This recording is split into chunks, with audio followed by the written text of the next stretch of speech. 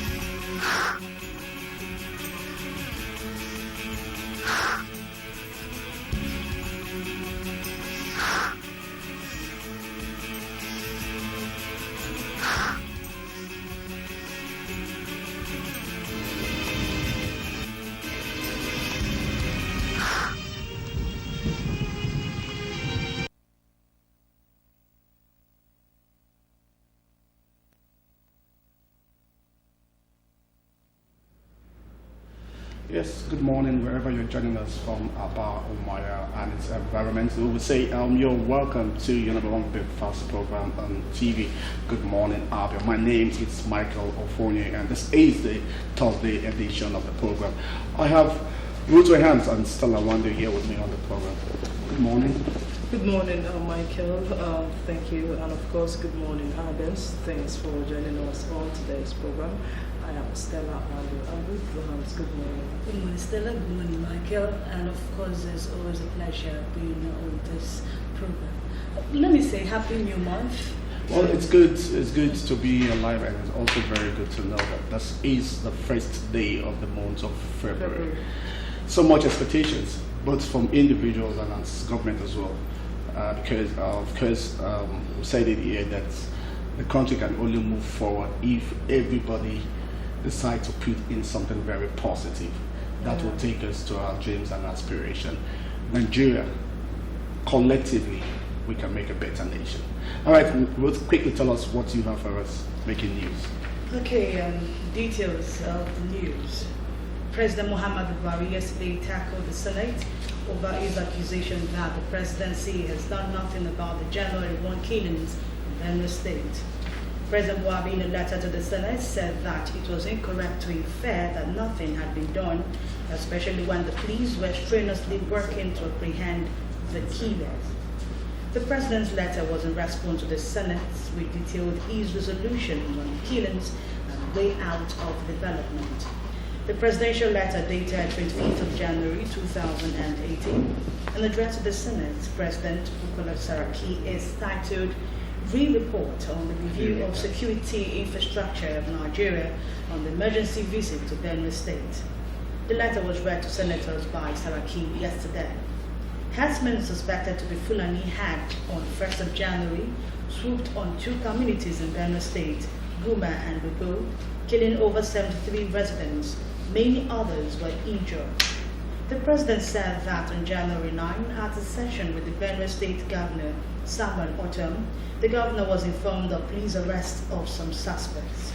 He noted that the governor was told that the police had been instructed to speed up the trial of the suspects and give wide publicity to the police efforts.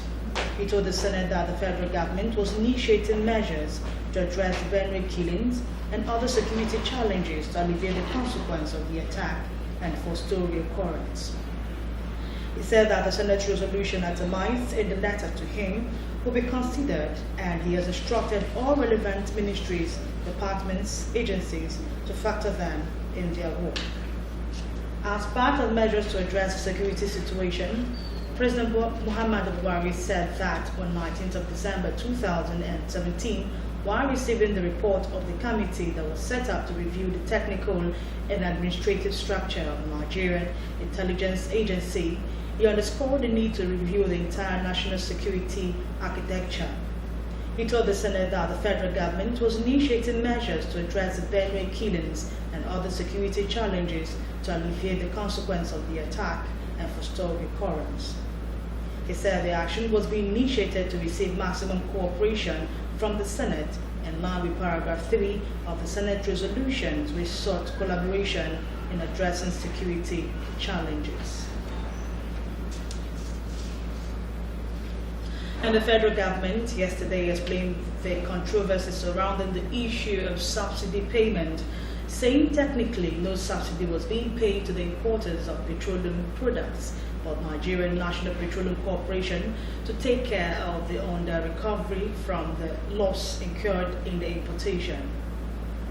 The under-recovery which the NNPC pays to cover the loss was money that should have been shared among the 3 tiers of government. The Minister of Finance, Mrs. Kemi Adeosun, made the explanation while fielding questions from State House correspondents after the weekly Federal Executive Council meeting presided over by President Muhammadu Buhari at the Council Chamber, Presidential Villa, Abuja. Adeosun said, technically speaking, there was no longer subsidy paid to oil marketers, adding that NNPC was currently under-recovering for the loss in the importation of refined products because it was the sole importers of the product, which sells at less than the cost price, thereby losing huge amount of money to defray the extra cost of importation of the product. According to the minister, the effect of that is being borne by all tiers of government, including ordinary Nigerians, which are reflected in the downward trend in the accrual into the Federation account. But responding to question on who pays the differential between 171 naira landing cost for petroleum and 145 naira pump price, the finance minister said, on the question of subsidy, the price of oil for Nigeria today is a double-edged sword. So every dollar that goes up, we get more revenue, but also because we are importing refined petroleum, increases the landing cost of fuel.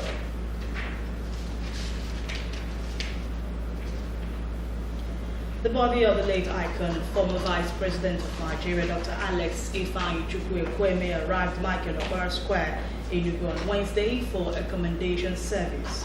The service, which attracted who is who in the political and social status of Anambra State and beyond, afforded them the opportunity to pay their last respect to a man who they described as a detribalized nationalist who sacrificed for the peace and oneness of Nigeria and Africa at large. MCL News covered the commendation service at the Michael Okpara Square in the heart of Enugu.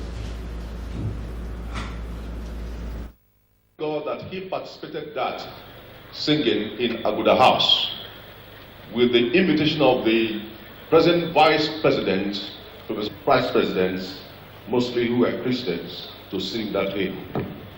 We are in this gathering welcome all of you from all walks of life who have come to give this last honor to our dear father, architect, barrister, Alex Ifeanyi Ekwueme. The remains of late Dr. Alex Ekwueme will depart Enugu today, 1st February, for his hometown for another round of ceremonies, culminating in interment on 2nd February after church service at St. John the Divine Church, Oku. A detailed report of the commendation service in Enugu will be brought to you in MCL News subsequent bulletins. And the government of Abia and Akwa Ibom states have called on the people of 2 border communities, Umuhuaba in Obingo local government area of Abia State and Osaka Nto Akan in Obo Takara local government area, to live in peace with one another. This will enable the government of both states to find lasting solution to land disputes involving the two communities. Deputy governors of both states, Ude Okochukwu and Moses Ebo, made the appeal at the boundary meeting held with both communities. Nora Gafo reports. Speaking at the meeting held at the boundary between Abia and Akwa Ibom states, Abia State Deputy Governor Ude Okochukwu and his Akwa Ibom State counterpart Moses Ebo called on the warring communities to give peace a chance. They called on the people to regard themselves as brothers and should not oppose each other. Both described the conflict as disheartening and reminded the warring communities that the struggle for piece of land does not worth the life of anyone. The boundary committee chairman of both states explained that the meeting was to ensure that both parties maintain peace. They also assured that they would do all within their capacities to ensure that the National Boundary Commission quickly intervenes with the demarcation of the land to allow for sustainable peace in the areas. We are brothers and sisters. But there is no need killing ourselves over land. The issue of boundary and legality, I've already been discussing and each time discuss with my brother Deputy Governor of Akwa Ibom State. Once there is peace between both of you, the issue of boundary is something that is going to be sorted out by the National Boundary Commission. But if we love ourselves, we might not even wait. If we like, we might just get the surveyor generals of both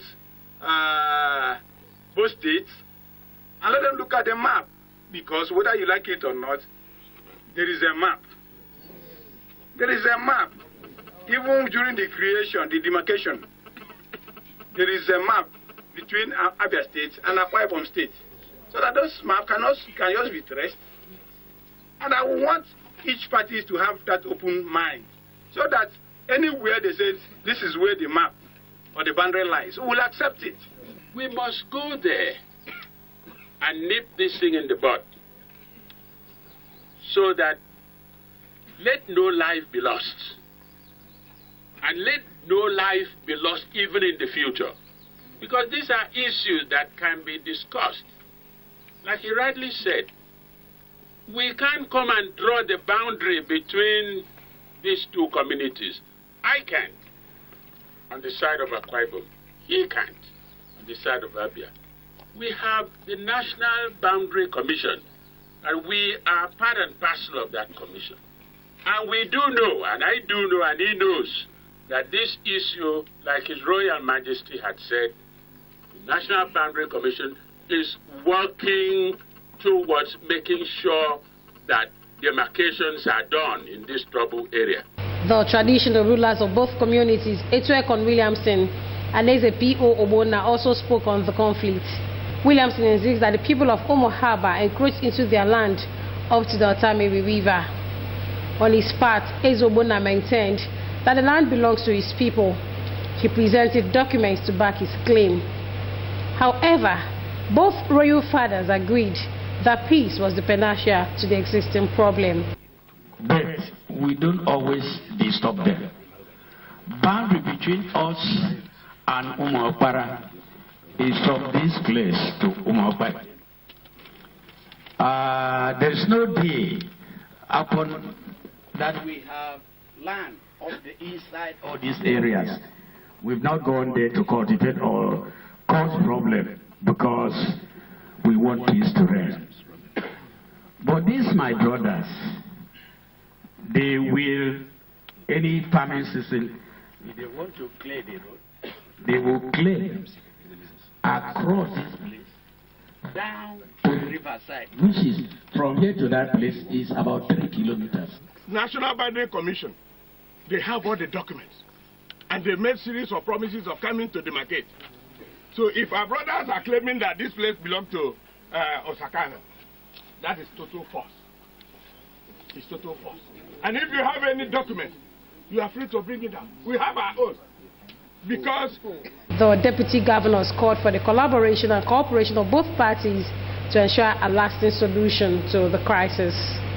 Nora Okafor, MCL News.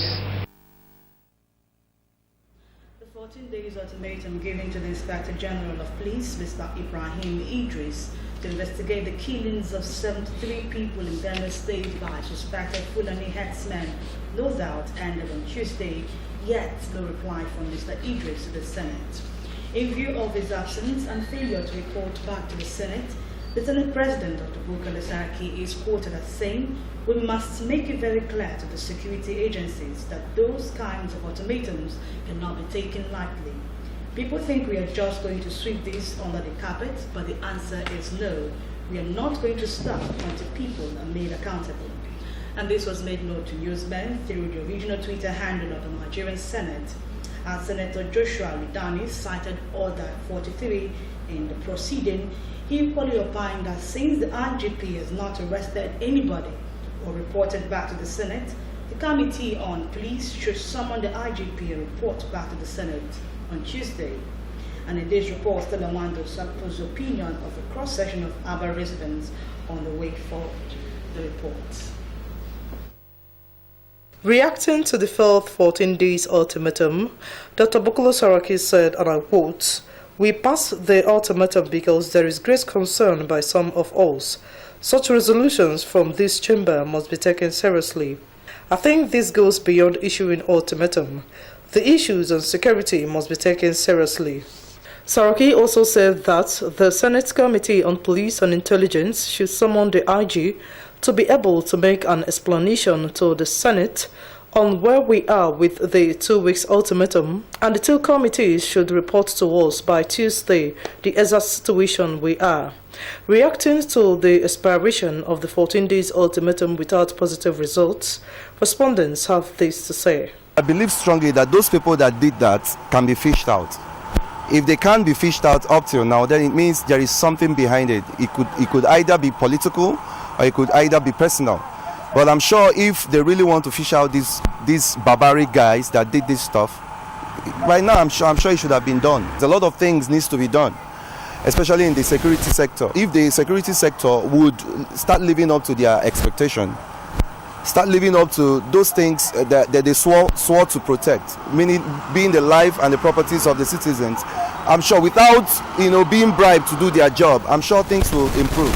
I think there should be a reorganization, centrally and generally, so that maybe there will be a synergy between the paramilitary and the military forces, so that they can be able to really come out something tangible, so that this mayhem happening in the northeast and everywhere will come to an end. Saraki said the Senate must make it very clear to the security agencies that those kinds of ultimatums cannot be taken lightly, stressing that people think that they are going to sweep this under the carpet.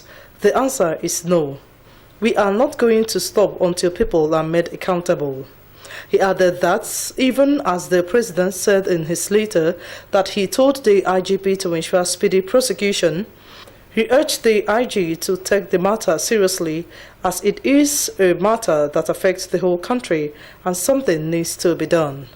Stella Wando, MCL News.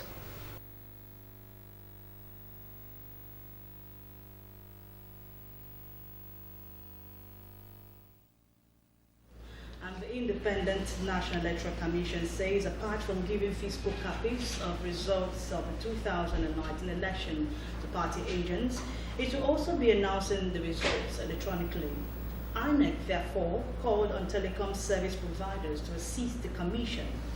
The chairman of INEC, Professor Mahmoud Yakubu, said this when he visited Executive Vice Chairman of the Nigerian Communications Commission, Professor Omar Dambata, in Abuja on Tuesday. He said the same mechanism will be used in the Ekiti and Osun governorship election in July and September, respectively. Yakubu appealed to the NCC as regulator to facilitate a meeting between INEC and the telecommunications operators with the aim of assisting the electoral body in the conduct of the election. And similarly, INEC boss added that they would also like the NCC to facilitate discussions with operators on ways of enhancing their corporate social responsibility to Nigeria's electoral process. He said that the immediate area of interest to INEC is on how the operators can help in voter education and publicity.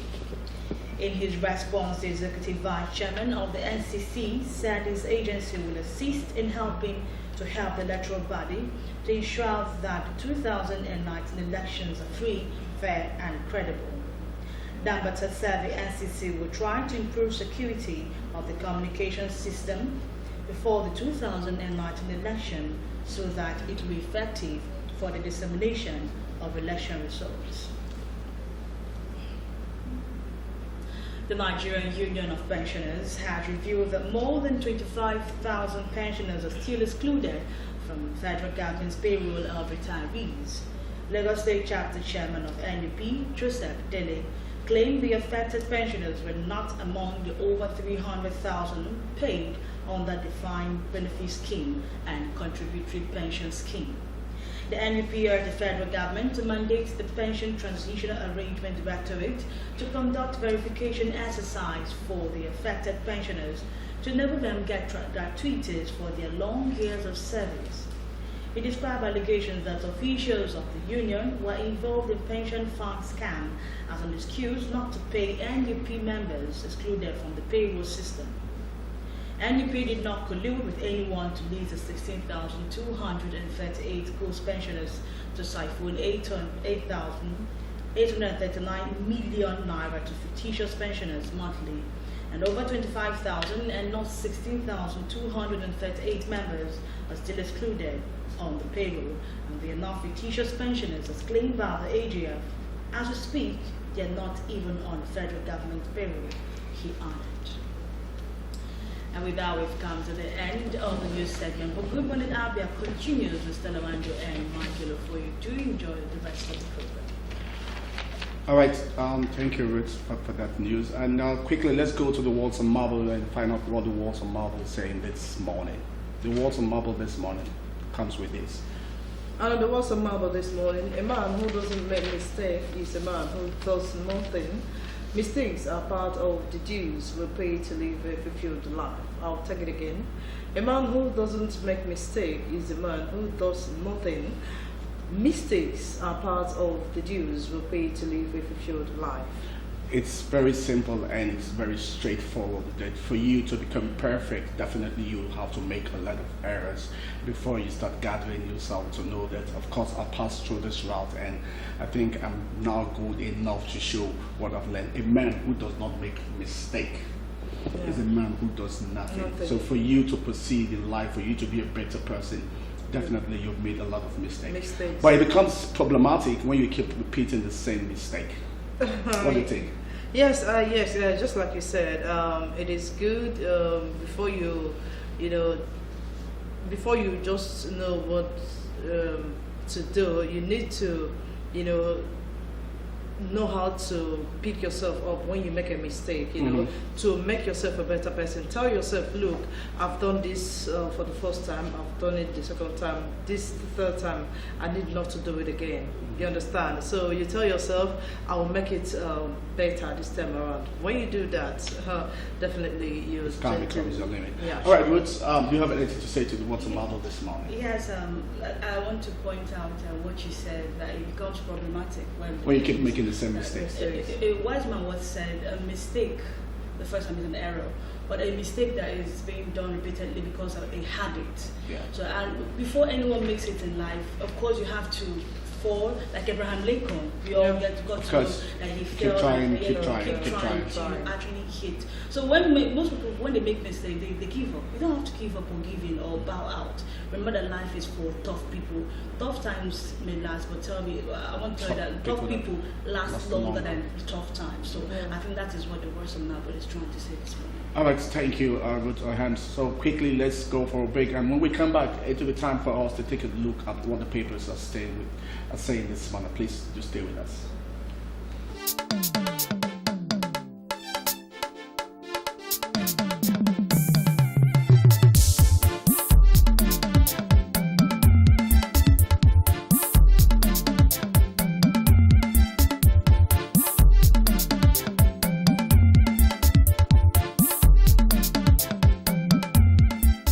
Good morning, Abia.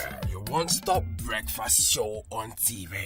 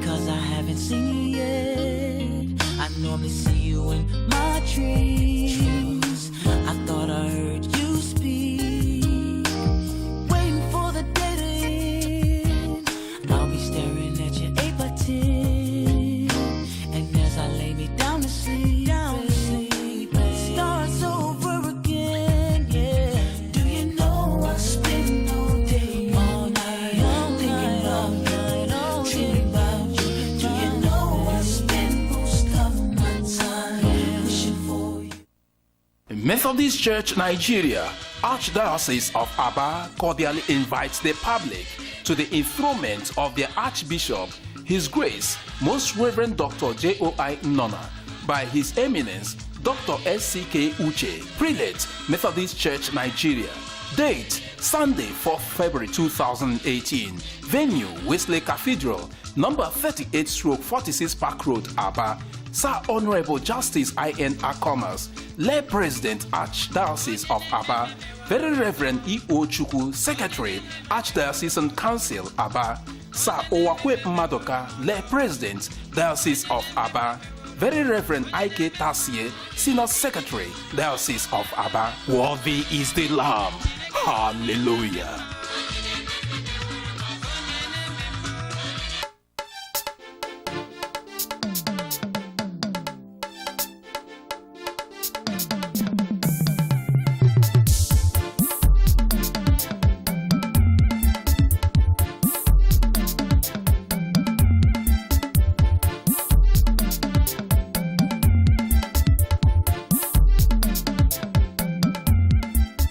Good morning, Abia, your one-stop breakfast show on TV.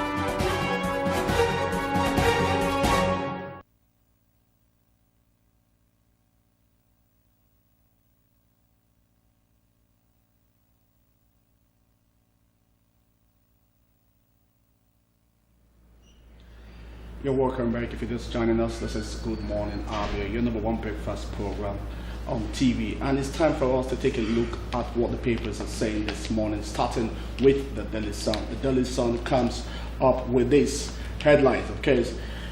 Benue Senate summons IGP as Buhari faults senators' positions on killings. Lawmakers demand defense minister's resignation. And of course, underneath that is a comments for Ekweme at Commendation Service. Markets short in ex-BP's honor. Of course, that could be found on page 11. And quickly, underneath that is cabal in government, Buhari's biggest problem, Sagi. Nothing will work until they are dismantled. Coalition for Nigerian launch. Coalition for Nigerian launch. I beg your pardon, I'll take that again. Coalition for Nigerian launched unveils rescue agenda. Nigerian must be saved from explosion. Oyinlola, and of course that's the picture element of Managing Director, Editor-in-Chief of the Sun Population Limited, Mr. Eric Osage, presenting a letter notifying Governor Akinwumi Ambode of Lagos State on his choice as the Sun Man of the Year 2017 in Alausa yesterday. And let us tell you that quickly at the back page of the Daily Sun is Dan's Ali counter narrative. Dan's Ali counter narrative. Of course, that is coming from Amanze Obi in his column, The Broken Tongue. And quickly, let's take you to an animation character to spice your day, and of course, every citizen Joe. It says, police arrest Onitsha beggars who made 25,000 naira a day. Yes, they should go and pay tithes. All right, Stella, quickly tell us what paper you have. All right, with me here is The Nation, and at the top left of The Nation newspaper this morning, 2019, INEC and NCC team up on electronic results transfer. Is found on page 44 of The Nation newspaper. Closer to that, NJC overrules Ibazu over Abia CJ suspension. Is found on page 8 of The Nation. Underneath that, Enugu group raises alarm over smell campaign. Is found on page 8 of The Nation. The next one says Nigeria to play Morocco in CHAN final. Go to page 47 and get the details. Oyinlola Duke speak at CN launch in Abuja. Go to page 3 and get the details of that. Moving down, disquiet in Imo APC over Deputy Governor Madumere's ambition. It's found on page 43 of The Nation newspaper. And of course, the major headliner says, Buhari to Senate. I have acted on Benue killings. President writes to Senate. Of course, keep reading the story on page 4 of The Nation. Moving down the picture element, the choir being conducted by Igwe Professor Laz Ekweme at the funeral of Second Republic Vice President Alex Ekweme in Enugu, and of course you know it happened yesterday. Now the next headline following the picture elements, emulate Ekweme's peaceful politics, cleric tells politicians. Go to page 7 and get the details of that. How government will capture new wage. Go to page 7 and know how government tends to capture new wage. Now, governors, Senate clash over 2019. The story is found on page 7 of The Nation newspaper. Underneath the front page of The Nation newspaper, 13,000 Nigerians evacuated from Libya. The story is found on page 46 of The Nation. Senate to probe former JAM chiefs. Senate to probe former JAM chiefs. Go to page 9 and get the details of that. Now straight up to the back page of The Nation newspaper. Today in The Nation, can anything good come from this CN, considering the kind of people it is parading? What Nigeria desires its new wine in new skin, not old wine in new bottle. That is it. And of course, moving down, coming from Wenga Omoto Show on editorial notebook, a whimpering movement. Now, the next one says Obasanjo on his latest move. You can see the picture element of Prince Oyinlola and Mr. Duke. What are the frontline youths? Where are the frontline youths, in the professions, the arts, sports, science, business, politics, academia, and others? That's the write-up following the headline at the back there, the whimpering movement. Moving down on hardball, talking too much. If you want to know who is talking too much, go to the back page and of course read the details of that on hardball, talking too much. And that is it with The Nation, Michael. All right, quickly, let's take a look at the Daily Telegraph, and of course at the top of the Daily Telegraph is talking about the stock market post 2.3 trillion again in January, and quickly, of course, it also comes with a bold line. 2019, Obasanjo launches offensive against Buhari, and of course, Amadu Ali Oyinlola Duke Galadima lead battle. Every sensible person must know that there is trouble ahead unless something urgent is done. We feel it is a shame if we fail to use the powers of democracy to fight and defeat this evil. Of course, that's the quote coming from Olagosori Oyinlola. Our people must not be condemned to a 4-year ritual by voting without result. And there cannot be positive result unless we get right unless we get right the choice of leadership, and it's coming from the coalition promoters. And quickly, of course, that's a picture of the face of the former vice president talking about the late Ekweme, and Atiku Ekweremadu Kalu, governors eulogize Ekweme, and of course, underneath that, corporal kills sergeant over alcohol girlfriend. 5 policemen shot man over 50 naira bribe. Police torture father of 4 to death. Quickly, let's go to the back page of the Daily Telegraph, and of course, the 2 pictures there tells you who it's writing, talking about Obasanjo's message and the messenger, and of course it's coming from E.K. Aboying. And quickly, if you need to find or get abreast with what is happening, we ask you to get yourself a paper this morning to stay in tune with what is happening around Nigeria and across the world. All right, quickly we'll take a feature, and this one is titled Last Song Before the War. When we come back, it'll be time for us to discuss, and this morning we'll be taking a look at state of the nation. Of course, you know, a lot has been happening in Nigeria and also in Abia State, talking about the suspended chief judge of Abia State, no other person than Justice Teresa Ozokwe. Please stay with us.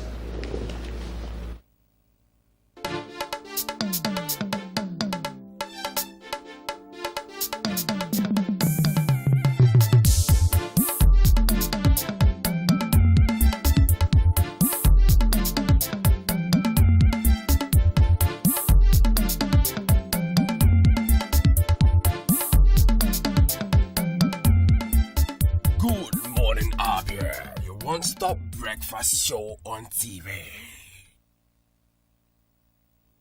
Have you heard of Prescal World and Heaven Auctions Limited? Prescal is a home of the red image right here in Abia. Why go to Lagos or Port Harcourt for your direct image jobs? Come to Prescal World and Heaven's Auctions, located at number 145 Atikube Road, Abia, for perfect cover page, journals, magazines, brochures, and flyers. We also offer printing services in digital flex and billboard, window graphics, posters, stickers, heat transfers, ID cards, complimentary cards, monogram, and car branding.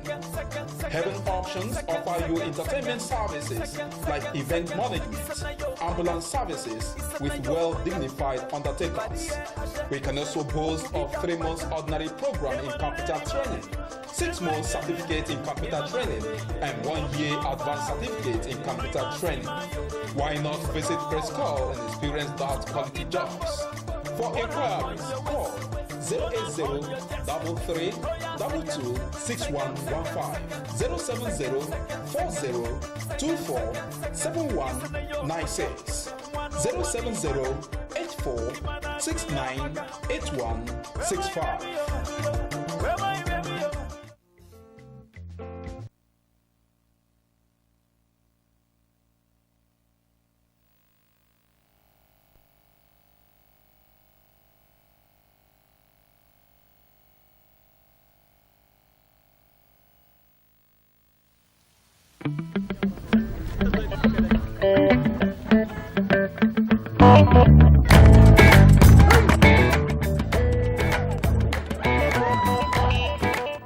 C'est les plus braves vont venir, les vrais amateurs de la musique vont venir.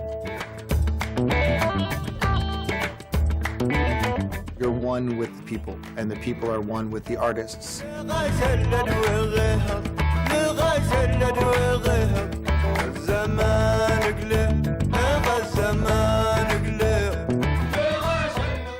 Le Mali a 8 régions, un district, mais tout le monde se retrouve autour de ces festivals.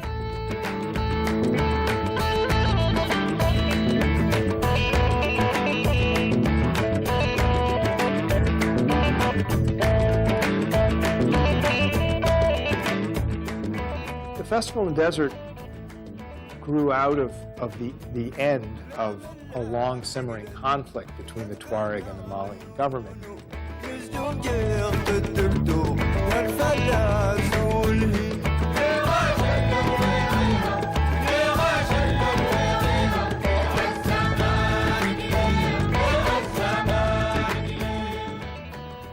La musique, elle a toujours un rôle. Ça dépend de comment tu l'as utilisé.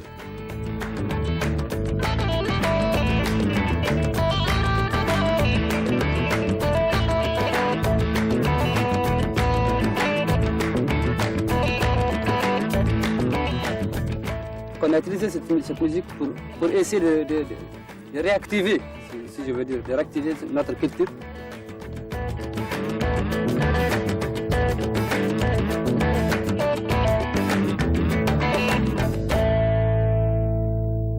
This part of West Africa is like the cradle of music, and Mali in particular, which became the blues, which became rock and roll. It went to America. It's really it's like the big bang of all the music that we love. And now, in that same town, it is against the law to make music.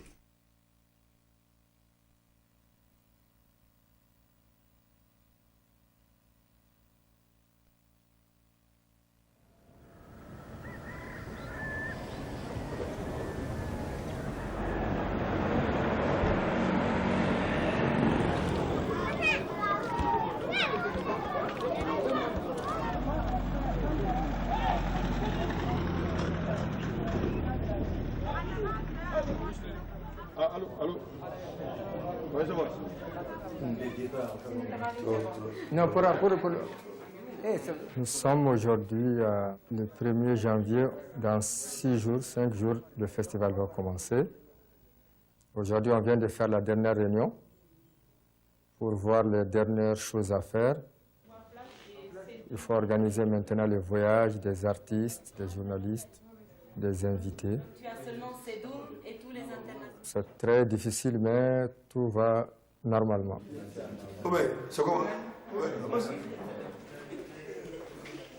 En fait, cette impression de relax, elle est seulement extérieure, sinon à l'intérieur, ça brûle.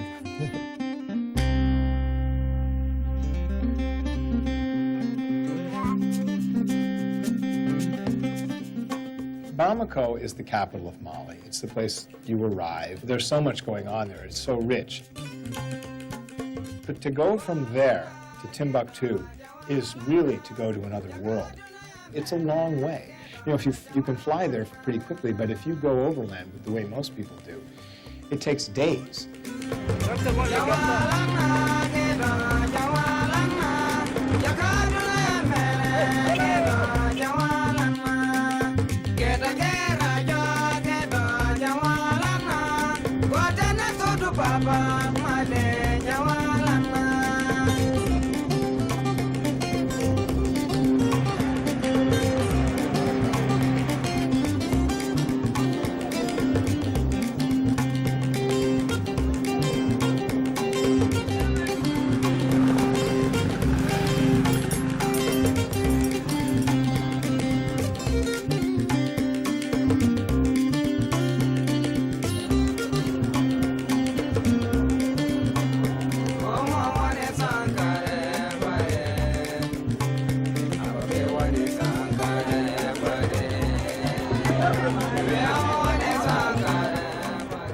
For the festival, we have so many tourists.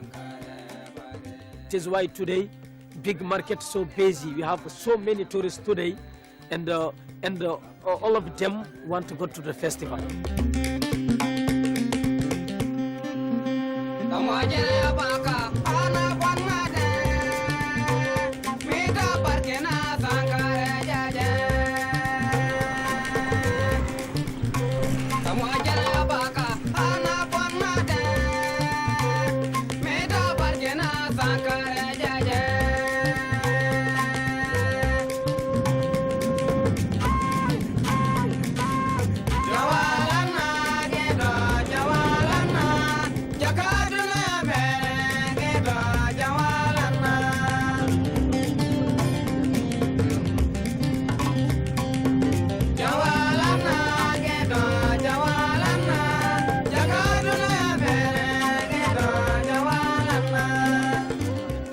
West coast of Africa to Senegal, and by Senegal we went to Mali, and from Mali to Niger, to Nigeria, and back through Niger, Burkina to here for the festival.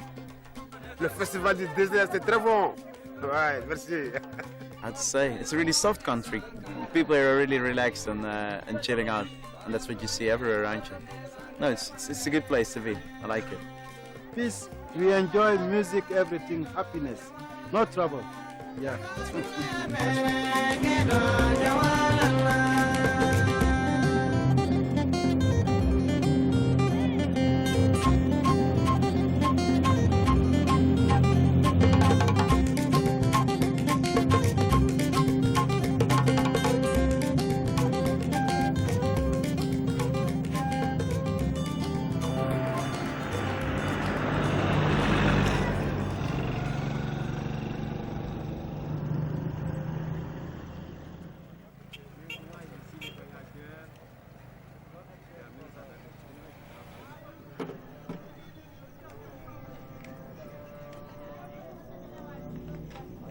Il y a le mystère de Tombouctou.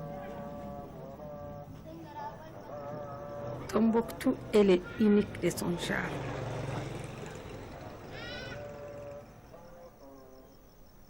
Tombouctou, c'est Tombouctou de tous les temps.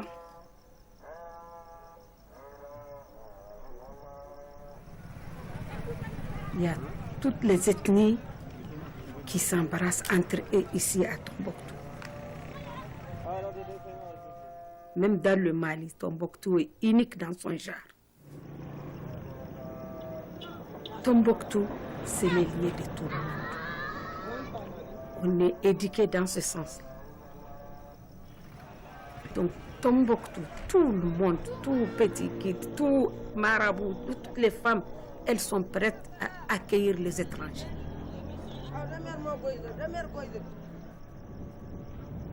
Ce festival, il est grand chose pour nous.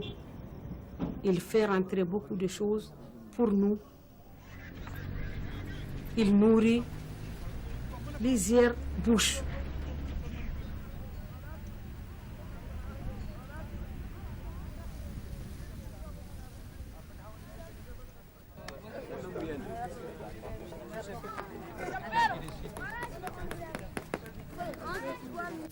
Yeah, c'est bon. Hey, bouge.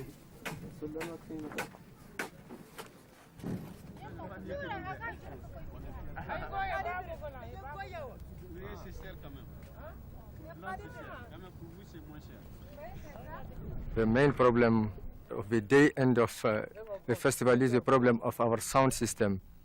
The sound system they had an accident on the road, and we had to change the track, and the sound system is not still in Timbuktu. So this is really what is our fear now. It's just arrived now, just arrived at the border of the river, and we need 2 hours to cross the river and 6 hours to fix it to be ready for the concert. So let's hope everything will be okay before the opening this afternoon. Yes, you see. I didn't sleep at all last night because we are trying to get news. There is no phone where we were. There is no phone connection, so it's really stressful. But this is a festival in the desert.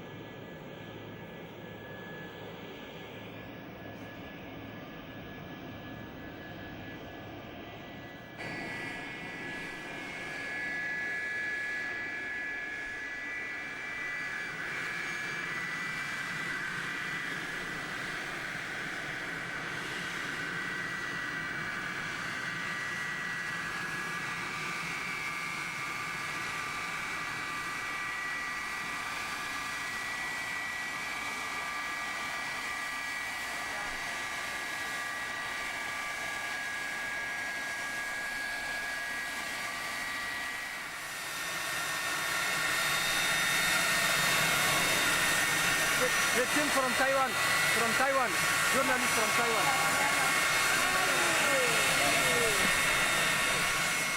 We are not at our airport. We just welcome some journalists, some artists, and some VIP invitees of the festival. This is the first flag. The second flag is coming in 1.5 hours with the official ministries and some important artists coming from abroad. This comes from United States of America, my favorite at this festival.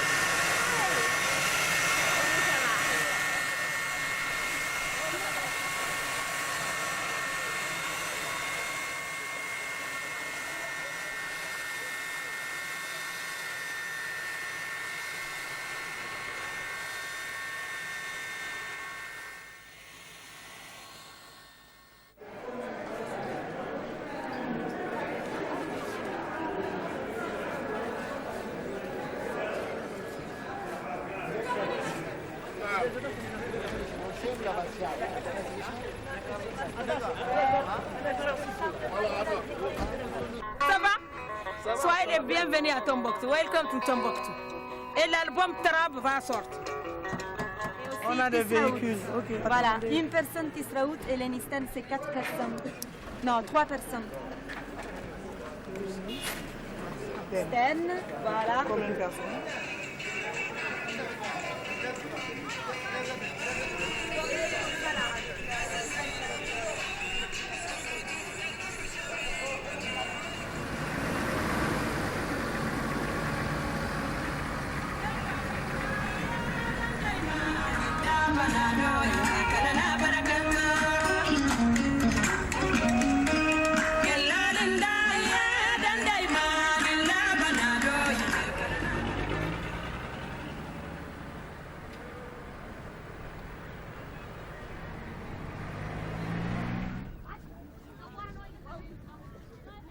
La moyenne pour le festival chaque année, c'est entre 8 000 et 10 000 personnes.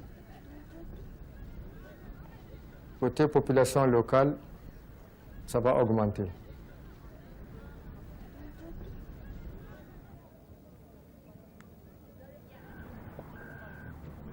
Maintenant, côté participation hors Afrique, on n'a pas encore toute la maîtrise, mais on pense que ça va être entre 500 et 600 personnes, peut-être plus. Un public, hein? Oh non, c'est pas la même.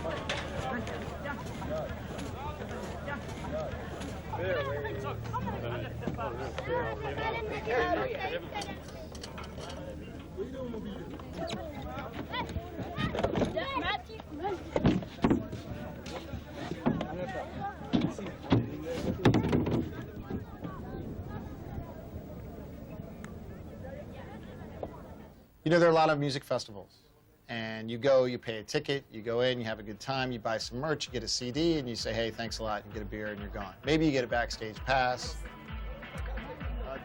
Essakon is unlike any other music festival because you're one with the people, and the people are one with the artists.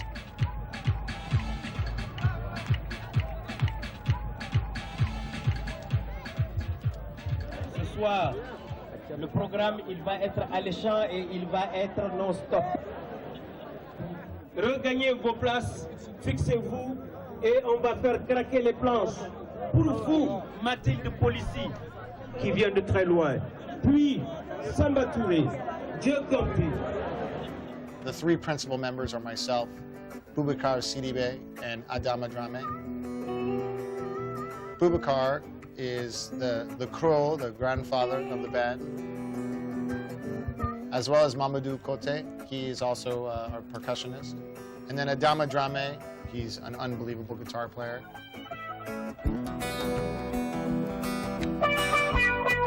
Oh, yeah, yeah. No, no, no, no. Hey, hey, hey. Say 1, 2, 3, 4. She tell, shut the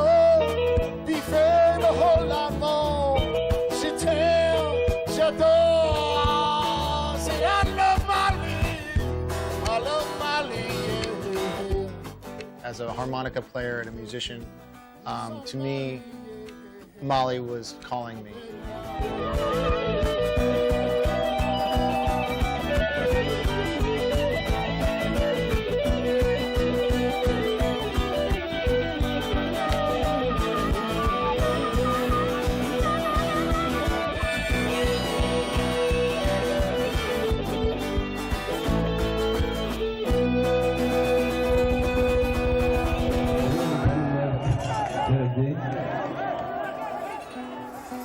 Ce soir, c'est la 5e fois que je suis invitée chez vous. Merci Mani.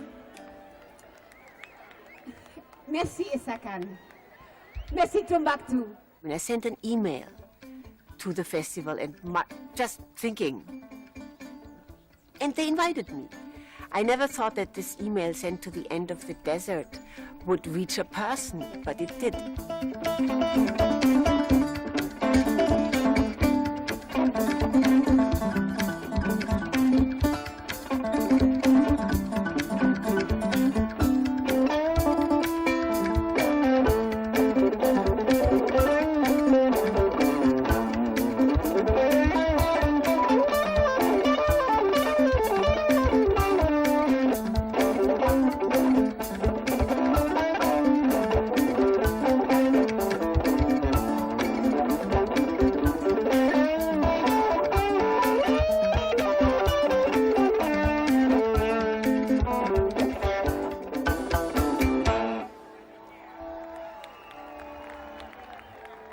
They always respond to the blues because the blues, in fact, comes from here. So really for a guitar player, it's great because all you need to do is play a blues lick and everybody says, yes.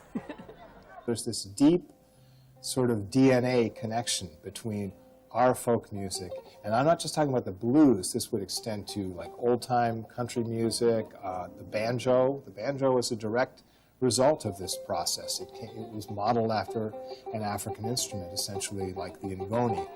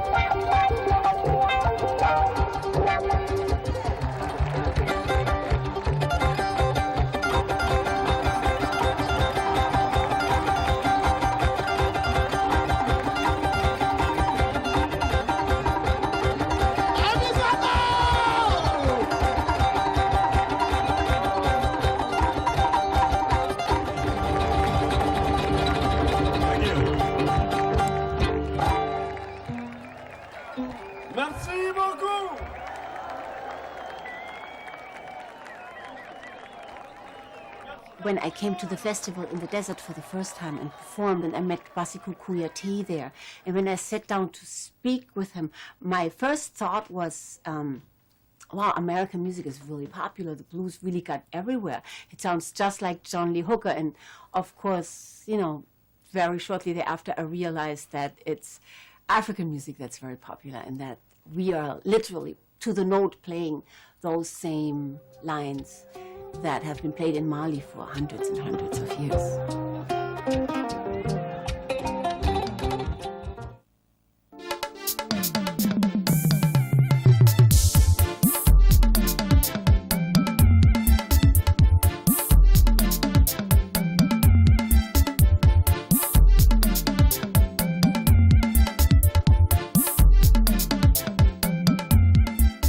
Good morning, Abia, your one-stop breakfast show on TV.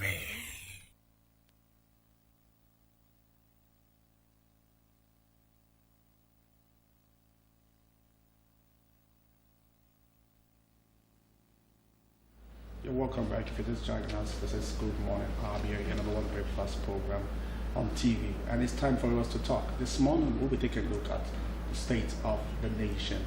Of course, a lot has been happening in Nigeria, talking about the IGP was giving an ultimatum, talking about what they said. They said that he has 2 weeks to produce the killers of the 72 persons in Benue State. And also taking a look also at the open letter written by the former president, talking about Olusegun Obasanjo to Muhammadu Buhari. And also we'll take it down to Abia State. We'll be looking at the suspension of the chief judge, talking about Justice Teresa Uzokwe. And because our guests are also here seated to tell us what they think about this topic that we'll be taking a look at.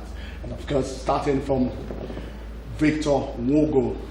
Victor Wogo is a strong advocate, and of course, he's known to be a strong voice for the present government. So you're welcome to Good Morning, Abia. It's nice to have you once again. My good morning, Stella. Good morning. Good morning. Thank you. Thanks to have you on today's program, sir.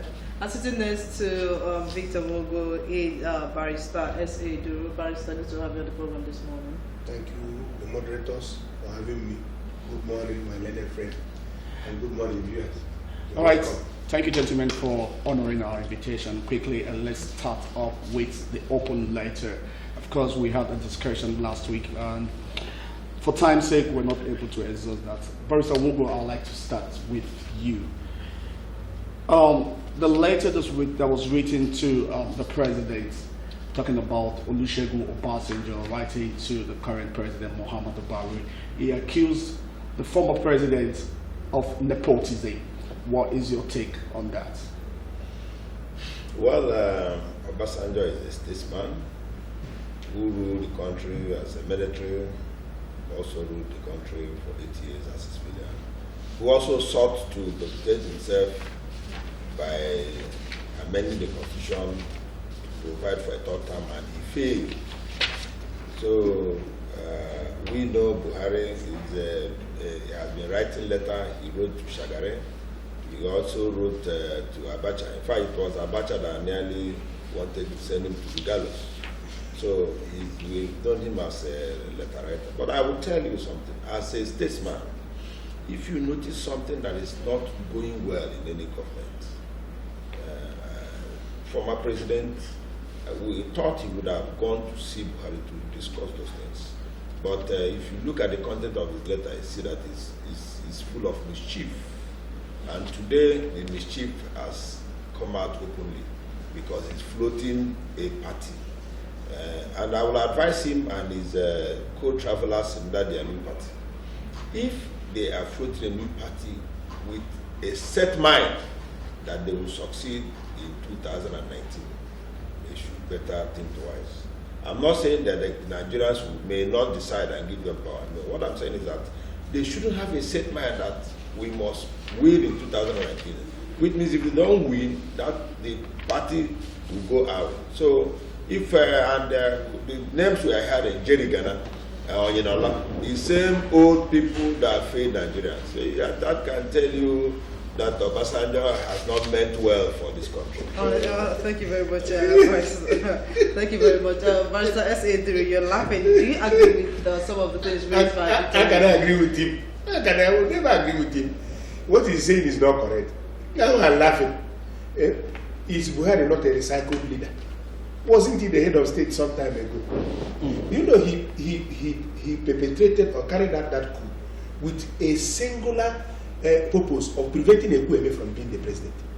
That was the only reason why Buhari came on. Had no agenda for Nigeria. Were killing people, jailing people 300 years. You sending the military people to break open people's warehouses, cut away their goods, and sell at auction. I warned the people. It was only my in-laws from the southwest who made this Buhari to be president by voting for him. The man's record stinks. And the stinking record has continued to this present moment. Killing people, herdsmen, everybody, death, everywhere, all over the place. He sees no evil, takes no action, and he has no evil. A president, you are fiddling while the entire nation is burning. Obasanjo is a statesman. Yeah. He may have had his shortcomings. Yeah. But writing a letter, El-Rufai wrote Jonathan, and nobody said anything about that. Writing a letter to an ailing government or any president is a statesmanship act. Should it be an open letter? Because based on what Barrister Wogo said, who knows how many times he has been warned to right his wrong, restore the rule of law. He refused. So you believe that it's possible that the president might have the former president might have spoken to himself. A person who is obstinate. We used to say in Igbo that the only way to make the crocro that is at the backside to go is to expose it.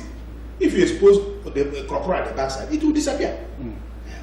Perhaps a cure may come from right or left. So you said the open letter is a fantastic, timely, and patriotic letter. Nigeria was going to dogs. Well, the whole place, the polity is thinking. Well, Barrister Wogo, I can see you're smiling too towards what Barrister Duru is saying, and I'm very sure you'll have your different opinion. No, the question I'm asking, the people is proposing to turn Nigeria around. People like Jerry Ghana. No, but that is not confirmed. That is not. I really don't want us. I really don't want. I really don't want. Just hang on, Barrister Wogo. Yes, I really don't want us to dwell on speculations, but let's face reality. We're talking about the letter. Yes. The president, the former president, accusing the president of nepotism. You see, it's true. Let me first take my learned colleague. If Obasanjo had made an attempt or had discussed that with Buhari, he would have been contained in his letter. The one he wrote to Jonathan, you see that he made several attempts, and those attempts were contained in his letter. But that is not my concern. My concern is that the accusation of the present government of being nepotic in his appointment. And I ask, I've said it before and I'm going to say it, if you are talking about handing over security apparatus,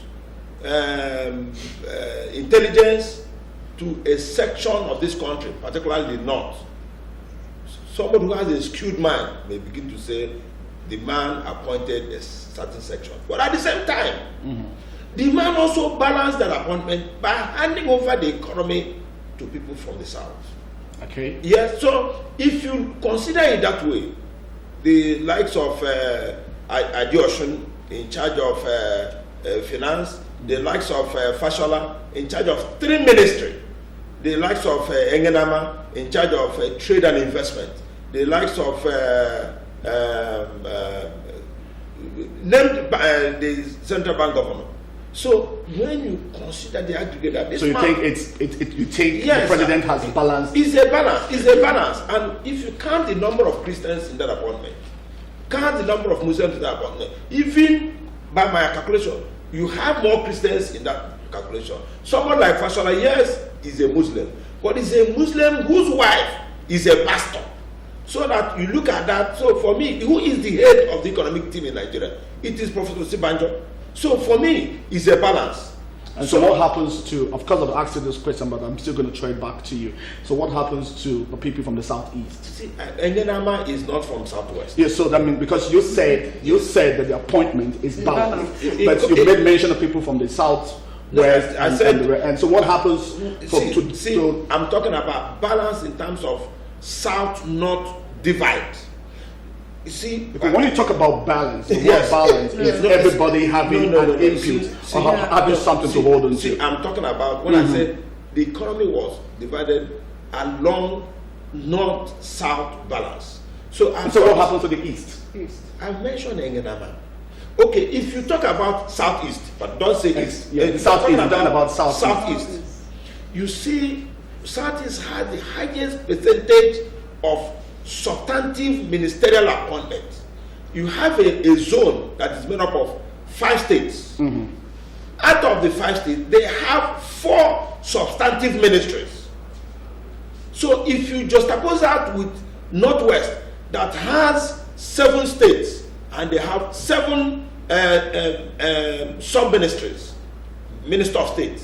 So for me, the balancing on the side of South is, the advantage on the side of South is that out of 5 states, they were given 4 substantive ministries. Okay, it is for them, and wait, and I said this. You see, let us not forget this thing. Shortly, few years back, Southeast had it all. If you are even talking about balance, where the Southeast had Secretary of State Government, Southeast has Deputy Senate President, Deputy Speaker, coordinating Minister for the Economy. See, during 2014-2015, IG of Police. So you cannot always have, if you had it that time, and you didn't remember to say which one was given to Southwest. For the Southeast, they were enjoying it. For them, excluding others didn't matter. So under Jonathan, Igbo was spoken in the Aso Rock, but he didn't care about others. Now, not they have been included, but because those appointments, substantive appointment, has been taken away, and on top of it, the most annoying denial of the common Igbo man is that despite this long position to Southeast, you couldn't drive from Enugu to Port Harcourt. You couldn't drive from Enugu to Onitsha. You couldn't drive from about Ekoteben. Yet, long plump positions were given to Southeast. So you ask, today you ask, is it better to appoint Southeast into plump position or to do the things that will benefit the common man? If you go to Enugu, you can see contract road construction steadily going on. But I know very well that contract came under the former president talking about Goodmorning Jones. See, we must face reality. Yes, please. What is the mileage coverage when Jonathan was the president in respect of that road? The mileage was a parchment of it near Okigwe area and Towa Umaya up to just a short distance before Bakala Junction. Then check within a period of 6 years. Then check the mileage already covered between 2 years and go to Onitsha. At the time, that particular time, Enugu Onitsha, people were cultivating along that express road. Check the mileage between short distance between Owerri to Aba. The man couldn't do it. Ikoteben, of course, they're forgetting it. Even Umuahia Ikoteben Express Road also abandoned. So you ask yourself, take a drive to Umuahia. Okay. Sorry, when you go to Umuahia today, there is not even a single transformer that showed a coordinating minister is from that place. Once came from that place. Okay. Go to Ogele, where a minister was appointed. There's nothing, not even a pole, one electric pole that shows that at one time or the other that a minister came out from this place. You talking about, so for me, doing concrete things that will benefit the ordinary man is more than giving. When you give him a man position, you have settled him and his family. All right, thank you very much, Sir Barrister S.A. Duru. Do you agree with what Victor Wobu said, talking about the appointment by the president? And of course, to those that were also appointed during the time of Goodluck Jonathan, or they are not doing anything? I cannot agree with you, certainly. The Igbo people of the South, Nigeria is not divided north and south. we have 6 geopolitical zones. That is one obvious fact that we must bear in mind. Okay. You can't give an appointment to a southwesterner and you say it is a southern. Because the distance between Abia and Lagos is over 1,000 kilometers. 1,000. Yeah, of course. You're not too far from that. So there's no way a westerner can be an easterner. Never. Even by geographical divide. So an appointment to a southwesterner is not an appointment to southeasterner. Neither is it an appointment to a south-southerner. Nigeria is not divided north and south. It's divided in 6 geopolitical zones. Yeah. So, and Igbo people, let it be on record, for the marbles, we are not begging for appointment. We are not quarreling, cap in hand, begging for appointments. We are only demanding for our constitutional rights. It is a constitutional right of every zone in this country to be represented in the federal government. Sorry, just hold on to your thoughts, but let me quickly ask you this before we get out of line. Are we talking about getting the right people? So are we talking about the gains we need to get, or just getting people to get an appointment? No. You see, we used to say in Igbo that a man who is not in the place where yams are roasted will always have his yam roasting on the side of the fire. Okay. Yes. If 4 Muslims are allowed to sit in a meeting and take a decision as to whether Nigeria should be a secular state or an Islamic state, what will be the outcome of that decision? Let me ask you, Mr. Mohammed. Please go ahead. The outcome of that decision will be that, hey, everybody should be Muslims. Because they are all Muslims. So you believe there should be there should be variant of opinion. Yeah. Variant of opinion. At least check and balance. Yes, check and balance. And there are some persons they wouldn't have the temerity to speak things in front of others who are interested to the contrary. They will keep mum. But if the other interest is not represented, they will come out fully and do something. And that is why, that is why in this country we have a Muslim-Christian ticket for presidential election. We have a Christian-Muslim equation so that it will be balanced. If there's a program conducted by Christians, the head of state is the president is a Muslim, the Christian vice president will represent the country because he wouldn't like to go to church, maybe pray with Christians. But if it's something that requires prayer, that the government must be represented, then the vice president will be there. That's why we would like to balance these things. Now, let me continue with what I'm saying. Igbo people were not begging, the Easterners were not begging for appointments. We are only restating the obvious, that this country is a country that is constituted by many ethnic nationalities, and these ethnic nationalities have been streamlined, even though they are more, into 6 geopolitical zones. And this, according to constitutionally, each of these political zones must be adequately represented as provided by the Constitution. In fact, let me put it on the records immediately, and let me let the cat out of the bag at once and record my most sincere opinion that this president should be impeached. His appointment constitutes impeachable offense, going by the Constitution. But in this country, nothing gets done. Everything is taken as if it's a child's play. If it's a country where the rule of law is enforced and the things are done according to the Constitution, the president, with all due respect, Muhammad Buhari, should be, even his impeachment proceeding should be commenced immediately. And with the facts we have on hand, he will be impeached summarily singularly because of his appointment. All right, still talking. I'm not seeing, excuse me, sir. Yeah. I'm not seeing a situation. Security is a paramount. I've said this in several times. It's a paramount. All right, we'll come to security. But quickly, let me ask you. Also talking about the letter that was written by the former president, you also accused the current president of not having an understanding of politics. Yes, I said. Do you agree that the current president has poor understanding of politics? Of politics, political equations. You know, President Obasanjo is a better politician than Muhammad Buhari. He's I could see Victor, just hold on to your thought. I could see Victor, it seems you want to react to that.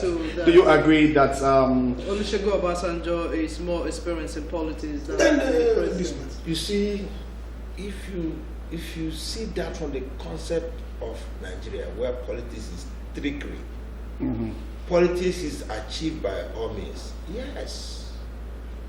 Right? But do you agree that based on the letter written that the president have poor understanding of politics? See, that's what I'm saying. Pathetic in Obasanjo's own point of view of knowledge of politics, is knowledge of politics where you look at a sitting governor as a president, you can't remove him.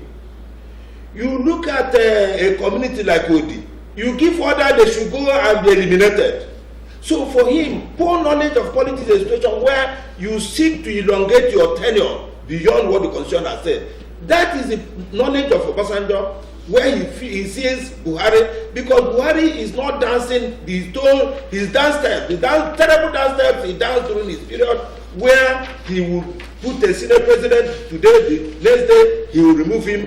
During his time, we had 5 senior presidents, if not 6. Removing from Ifan and when he will go and put another person from kept on rotating. So for him, politics is about manipulation. Even in his party, he kept on removing party chairman to the point that he even forced the PDP constitution to be amended so that those who will be chairman of board of trustees will be past president. That will give you an impression that this man by all means sought to be a Mugabe.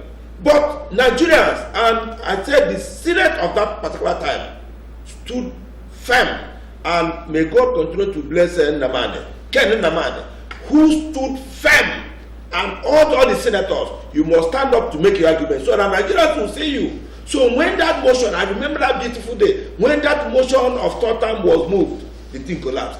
So for Obasanjo, a man who is not at peace, even right from his family, who is not at peace with everybody, it is war here, war there. Because Buhari is not doing that kind of thing, to him it's a poor knowledge of politics. But I don't agree.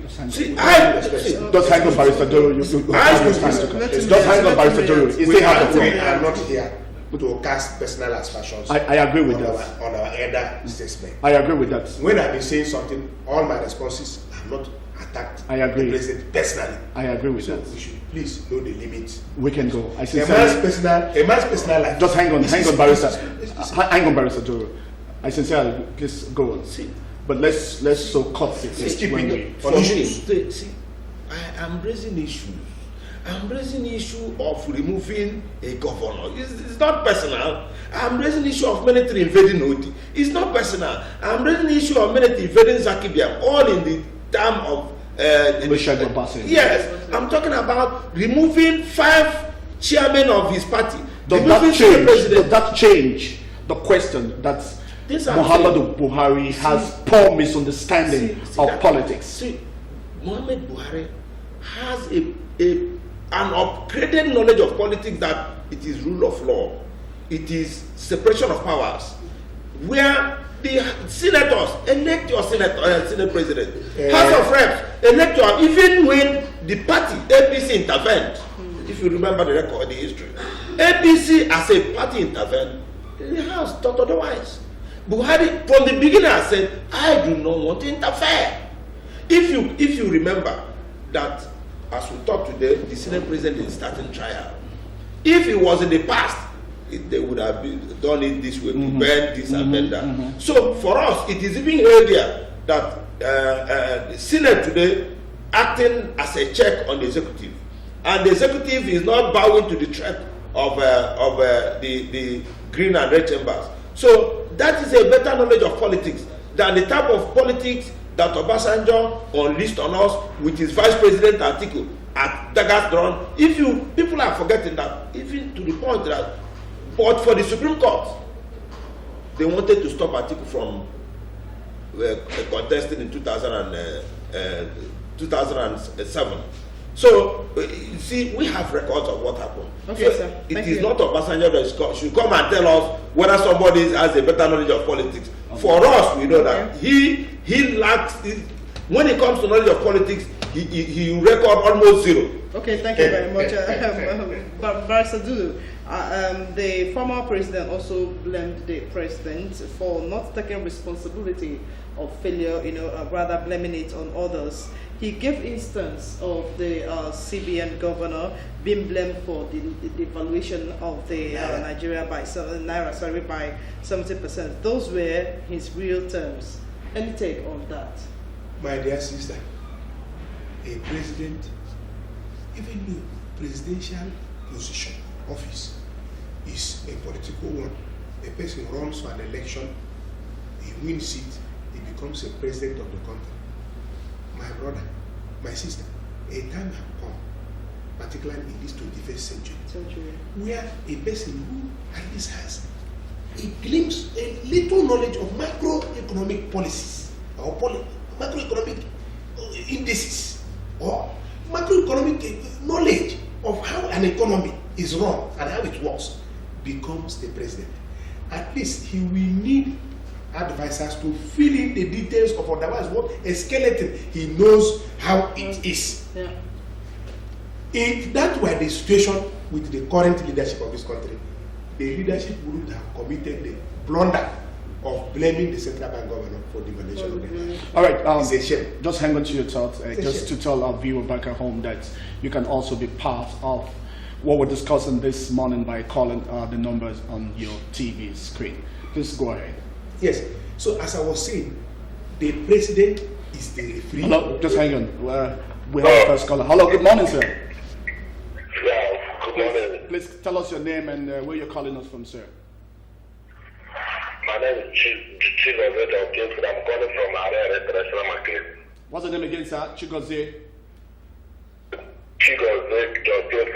Okay, go ahead, Mr. Chigoze. What's your take? Hello, can you hear me? We can hear you loud and clear, sir. Just go ahead, sir. Hello? All right, please. Go ahead. Sorry. Let us assume governance in this country is a football game. The president is the referee. He is the captain of both the teams, and he is also the coach. This is his status. If you are not playing well, he removes you. If you are not up and doing, he will substitute you. If you play rough, he will blow his foul. That's how a person who has enormous power, as the ones that are, will he blame a player for losing the game? All right, just hang on. Just hang on. A single player for losing that match. Just hang on. We have another caller. Just hang on. We have another caller online. Good morning. Yeah, good morning. Good morning. Good morning. Good morning. It's nice to have you on the program. What's the name and where are you calling us from? All right, Mr. Chairman, what's your take on our topic this morning? Yeah, I want to thank my partner, Barrister Mugu. It was in trouble, but for some time now, you have not shown up on your program. Barrister, good morning and welcome. Thank you. Yeah. I think what is wrong by saying that we'll be used to Buhari.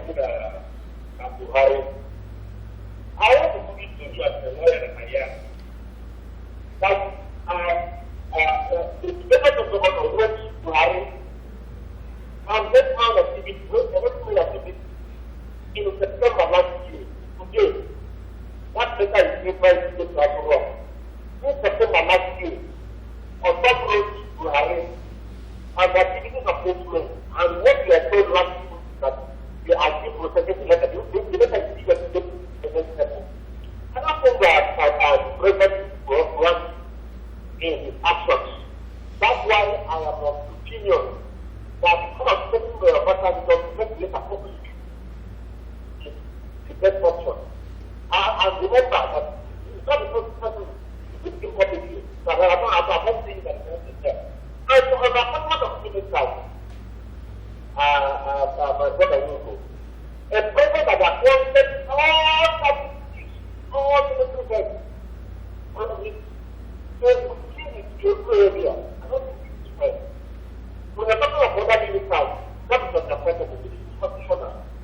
And this a federal character of the constitution, which is all appointments, including the military, and this man shut it out and it's here.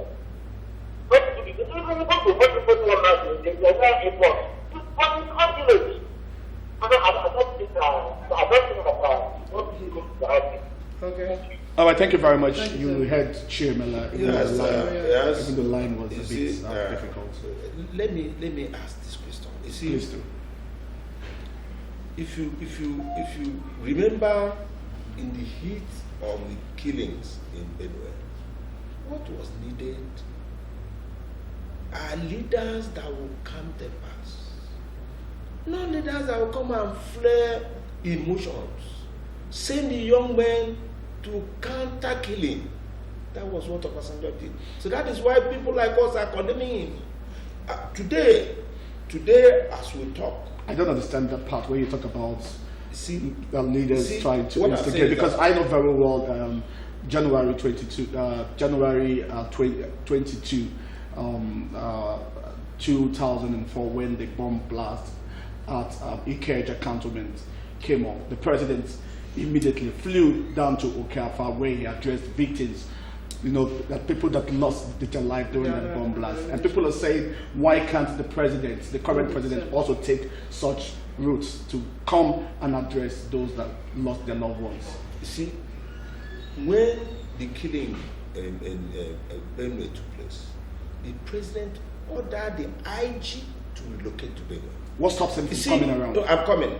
You see, people, when you choose to criticize, when you choose to see everything a man has done.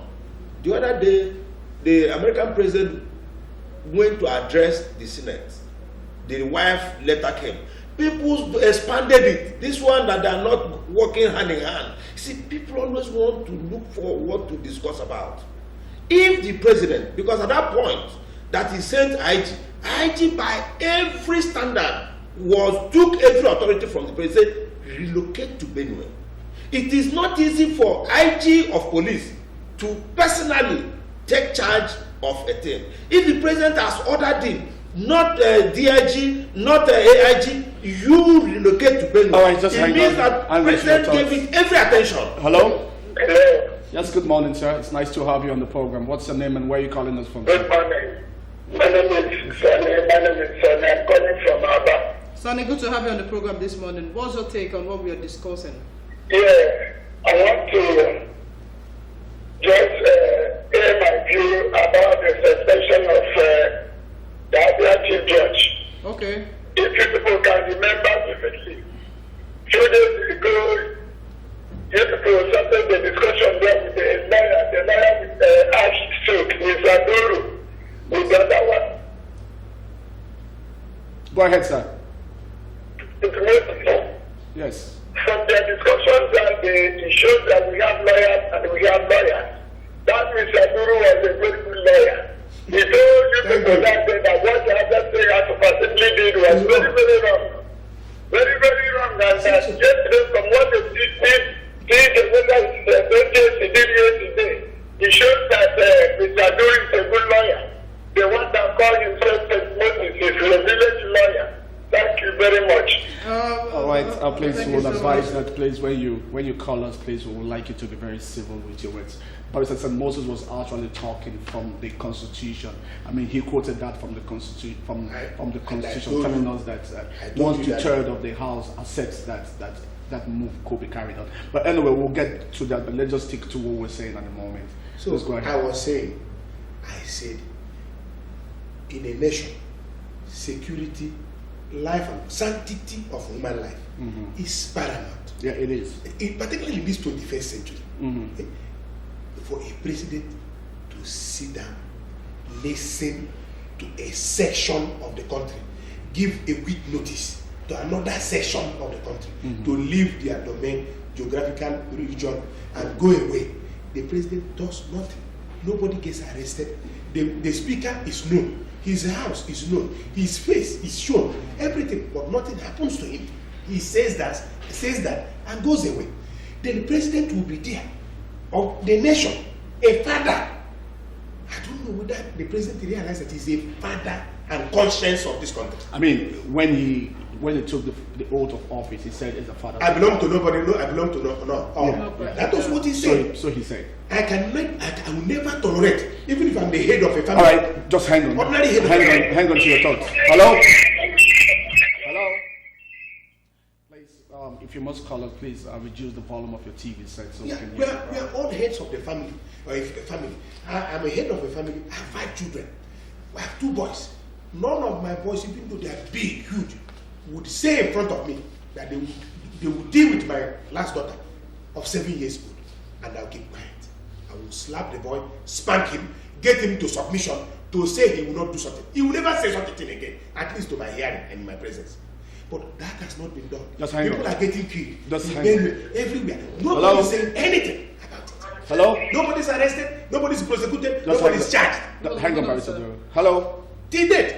Good morning. Yeah, good morning, sir. Please, can you tell us your name and where you're calling us from? I'm Father Mubane. Father, it's nice to have you on the program this morning. What's your take on our discussion? I want to refer us to the comment made by Hillary Clinton when Donald Trump was declared the president of America. Go ahead, sir. She said that all of us owe Donald Trump a chance. We owe him a chance. That is his comment. There was reasons why there should have been protest or rejection of that very result. We all know how Donald Trump came into it. So if we use the same statement, balance it with what is happening now about the letter which Obasanjo wrote to Buhari, I think we owe Buhari a chance. We owe him a chance. His second tenure is covered by the Constitution. It is going to be when we convince him to accept or not to accept. Let me join my own voice with that of Barrister Mugo during the last edition of this very program. Forgive me, let me go way back. Obasanjo taught us so much evil. He taught us haggling with Atiku. They never sat for the table for the second tenure for 4 years. He taught us so much evil. In fact, Obasanjo has taught this nation so much. Even the second tenure system, which nearly ruined Nigeria, it was also Obasanjo's own. Even he wrote a book on the state tenure bleach. So what we are saying that, going back to that my first comment, we owe Buhari a chance. If he willingly would see the reason to say, let me not go back for it. Even in Baka is advising him. Many people are joining. Let God convince him to use that second tenure to reactivate Nigeria. But in terms of what the letter of Obasanjo wrote, there are many good aspects of it. But some of them brings Buhari to judgment. We do not want Obasanjo to judge him. Only to run to Addis Ababa to shake hands with him again. What he did to Goodluck Jonathan. He ran to Addis Ababa and shook hands with the same man. We are here troubling ourselves to make sure that there will be no serious face-off between them. Obasanjo should leave him because he is doing the most he can. Let us pray for him because we as Christians must pray for our leaders. I'm not going to judge him. He will do his best. If it is not enough, we should use our vote to ask him to go home. But Obasanjo coming to judge him because he gave Obasanjo 8 years to transform this nation. And as I said last time, if he did derail this Nigeria for 16 years, Obasanjo took 8 years out of that 16 years. We know what he did. And what I'm saying is that let us not continue to disturb Buhari. God will give him the opportunity. If he says he will accept to go home like Mandela, taking one's word, better for us. Let us pray for him. Thank you very much. Thank you for the opinion. Thank you, Father. This is a spiritual advice. Yes. You see, that is the way elder statesmen are expected to talk. It's the way God's people are expected to talk in this challenging period. Okay, so just hold on to that. We'll have another caller calling. Hello? Hello? Yes, good morning. You're welcome to the program. Please kindly reduce the volume of your TV set. Yeah. My name is Prince. I'm calling from World Bank. All right, Mr. Prince, go ahead. Okay, the issue is what Obasanjo, the term of treaty, what Obasanjo, the letter you go to the president of this nation. Are you getting me? Yeah. Hello? Hello, can you hear me? Go ahead, sir. Go ahead. Yeah. It seems that this our president is confused. You know, it took him over 6 months to appoint the cabinet. Please, sorry, please, we would like you to be very civil with your words, please. Please, just, yeah, please, be very civil with your words. Thank you. All right. What's that for? Because you were talking. Yeah, I said, people are entitled to their views. people as there are people who wake up, dream, thinking, and wishing that Buhari should drop dead. There are also others who are praying that the man should be healthy to turn the nation around. You see, it is easy to destroy and very difficult to build. For me, when you judge the man within the period he has governed Nigeria, when you judge the man given the economic situation where the average price of crude oil remains at $45, I say average because today is about 71. All right. The period when it was starting. Just hang on, Barrister Victor. We have another call on the line. Hello, good morning, sir. Yeah, please. So I was saying before I went off on hello? We can hear you, sir. Go ahead. Yes. There's what we call federal character principle. Yes. In his appointment, he has not been able to consider the federal capital principle in appointing people. You know, in security apparatus of the government, it should not be one-sided. Go ahead. We can hear you, sir. Go ahead. Okay, thank you. We lost that call. Go ahead. Yeah, see, the last caller is stating the obvious. That when it comes to security, that the appointment is lopsided. But I want them to face the other side. That when it comes to the issue of economy, they don't want to say that it's also lopsided in favor of the South. They are running away from it. They also do not want to say the immediate past government also lopsided it in favor of the Southeast. They are not talking about it. You see, a man who always sees himself that it must be you and you and you. You don't consider the other man. Why do we talk about he didn't appoint Mr. A from my area? For me, it makes no sense. If the man appointed is doing a good work for Tom, Dick, and Harry, why people are talking about appointing somebody from my place is because Just hang on. We have a caller. Hello? Hello? Yes, good morning, sir. My name is Moses Woko. All right, Mr. Moses, what's your take? I want to say that the president should take the economy if his people can run the economy. The security is too deep as far as we are concerned. To make it one-sided, it can never be just with that very step he took by taking everything security to the north. It's unacceptable. If they don't have to handle the economy, they can take it down from the man. Thank you, sir. Thank you very much, sir. Straight. Yes. Yeah. Of course, you heard what he said. Yes, I agree. You see, what we are saying is that there should be protection of life and property. Today, in Abia State, let us use Abia State as a yardstick. You can see that the security situation in Abia has become better. Far better than when the Igbo man was chief of army staff. Far better than when the Igbo man was Onovo was the IG. Far better than when the other man from River was the IG. So it is not where the man comes from. Today, you can Imo, Abia, you can sleep a little bit. Yet, all the security chiefs are from the north. So it doesn't matter where you come from. The question is that the duty you are asked to do, are you doing it? It is unfortunate for me, those herdsmen or militia who are killing in Benue or other places are haters of Buhari. I say so because there are people who want to explain Buhari fought the issue of Boko Haram. When it appears that he's winning, suddenly another problem is coming out from somewhere. All right. Hold on, let's see who's on the line. Hello, good morning. Good morning, sir. Yeah, hello. Good morning, sir. What's your name and where are you Yeah, calling us? good morning. Good morning. What's your name? Yeah, this is Dr. Chris calling. Dr. Chris, your contribution, please. Yeah, please. I want to say something. Please go ahead. You know, we Nigerians, we are not God. And we are always in a fast. We are always in a hurry for something. The mistake of Nigerians removing Goodluck Jonathan is the cause of all this problem that we are facing. How did you come to your conclusion? How did you come to your conclusion, Mr. Chris, or Dr. Chris, rather? Yeah, No, you said one of the problems that we're going through, that Nigerians were so in haste to take away President Goodluck Jonathan from seats, and that is the cause of the problem. And I said, how did you come to that conclusion? Yeah, why I came to that conclusion is that Goodluck Jonathan had a very good level plan for Nigeria.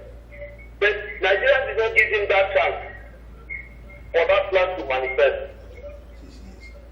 If you take Goodluck Jonathan's administration and Buhari's administration now. All right, thank you, sir. Thank you, sir. You've made your contribution. You've made your point. Pastor Wogo, at least we're on the same page. My colleague said that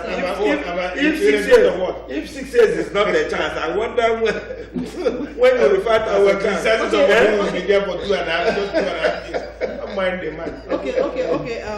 Gentlemen, still talking about security because that's where I'm interested. We are virtually committed. But it's a bit of hold on. I want to ask you interested in this security issue. Yes, I want to ask you. That is why I'm coming up with this question right now. Now let's talk about the Benue State killings. The Senate issued a letter dated January 16 to the IGP to fish out the perpetrators of the killings. And now the ultimatum ended on Tuesday. He hasn't said anything.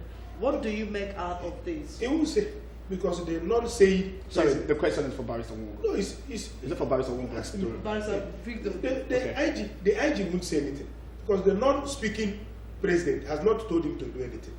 You see, it is not the business of the National Assembly to give ultimatum to the IG. It's executive matter. It should be done by the president. We have single police in this country. There are no state police. Single police for Nigeria. One police for Nigeria. So the control, command, appointment, and mobilization of the Nigerian police is in the hands of the president. Security is an exclusive list matter. It's on the exclusive list that only the federal government can legislate, act upon, work on it.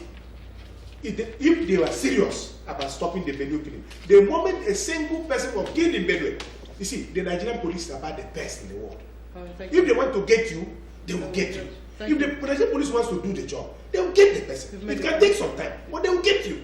But they have to have the political will orchestrated or unctioned by the president. That has not happened. So that is why the killings are regulate everywhere and persistent, consistent, and it's continuing. Okay. You get killed in your own country, in your own village. It's a shame. Thank you very much, sir. It's a shame. Thank you very much. Barrister Victor Ungo, what do you think will be the outcome of this? The ultimatum just ended on Tuesday, and of course the IGP hasn't said anything. They're not going to do anything. Briefly. See, I join my colleague in condemning government indolence to security issues. I condemn any government because providing good roads, providing best education, providing best everything, you provide for the living, not for the dead. But where I disagree with him is that the president has done nothing. Yes, president has issued an order to the IG. You must fish out both the militia and the herdsmen. So how long are we going to wait for? I'm coming. Report has it that 130 persons have been arrested. You see, issue of investigation, there must be some henchmen behind this. So issue of investigation is not what the Senate will issue automatically. No, they can't do that. Well, there is even rumor that some of them are patronizers of these herdsmen. So they shouldn't be in a hurry to push anything. Most important is that we should be, the IG and presidency should be in a hurry to stop further killings. Hey, what is this thing going on? Sorry. They should be in a hurry. They should be in a hurry to stop further killings, and then there should be a thorough investigation. I can tell you my experience. I traveled to Abuja by road, and I came back by road. Look at my experience, and that is where the problem is. You know, you are asking me what do I think will be the outcome. Yeah. The outcome is likely to be an indictment against some governors, an indictment against some big men. I say so because on my way to Benue, I've discovered that these governors have armed their own militia. So the problem now becomes, if a before Fulani man is seen walking on the road, the likelihood that he may be attacked is there. Whether he is a harmful herdsman or not. There's also report that what led to Benue killing, I can tell you this, that some militia were armed and they attacked some herdsmen, killed some and killed their cattle. And this one is a reprisal. I'm not saying that is the true position. I say there is smattering of rumor about that. So I am thinking, and that is where I think what will happen, there will be indictment. Some of these governors, imagine a Benue state governor that has not paid salary for 2 years. All right, just hang Suddenly, on. he wants to dance with this unfortunate situation. Let's take this call, and this is going to be our last call for today. Yeah. Just a quick one. My name is Shemela. Just a quick one. You see, the problem we have in Nigeria is that we Southerners, we are quick to judge, and we will put certain out. In the north, within the Sharia law, they have what we call hashima. And those people are a photo, a petty voice that we have here. They photo, example, for example, is calling militia. In the Benue, they don't have how we speak and destroy people's here, destroy hotels, used by Igbos. And then nobody arrest them. They are not at hashima in the north. But they are now, you want to see them, calling them militia. And that's the problem we have. Something they need, you know. It's not a crime. But the one that is in our side is a crime. So somebody just continue to wait and to afford a man that is pregnant. You almost that person to organize a united community. To take care of, to resist the electoral. And you're going to militia. It is not fair. All right, thank you very much, Chairman. You've made your point. Did you listen to him? You see, yes, I listened to him. Look at what I condemn. I wish that government have marshals. If cow come to your farm, you make a report to the government. Marshals will come, get all this cow, and tax each cow. When you say making a report to government, we know vividly that Autumn wrote a letter to the president, and there wasn't any response from the president concerning the situation in Benue State. Within the period in question, he said he wrote to the presidency. Yes. The vice president, that was when it was on medical vacation. Yeah. Vice president came out and said he didn't say not say Autumn lied. So let us leave that one. See, the one I'm talking about, a local government, remember in our own setting, in our villages, if your cow, if your goat. Gentlemen, I've been given a signal from the director that this is where we need to wrap it up. Yeah. But because of our time, gentlemen, please, I want to make an appeal to you that if you give us your time tomorrow so we can talk about state of the nation. Also, taking a look at the suspension of the former chief judge. Please be our guest tomorrow. It's our pleasure. All right, it's still Good Morning Abia, your one-stop breakfast show on MCL TV. We'll go for a break. When we come back, it will be time for sports update coming from Kekon Gabriel. Please, stay with us.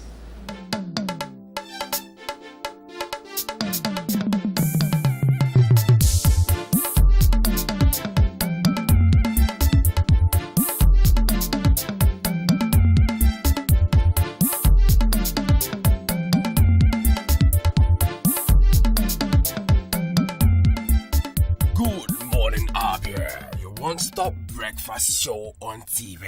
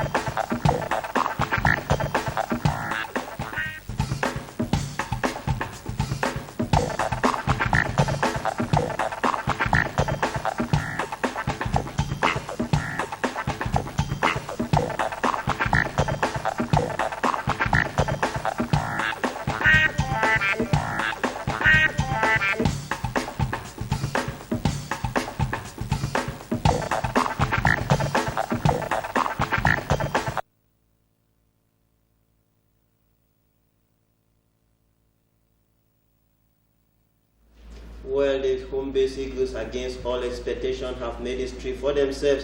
They have, of course, qualified for the first time the CHAN final. They are going to be taking on host Morocco. Of course, you know that the transfer deadline also came to a close yesterday, and there have been a whole lot of movement there. Aubameyang is now an Arsenal player. You also agree with me that Oliver Giroud has moved to Chelsea.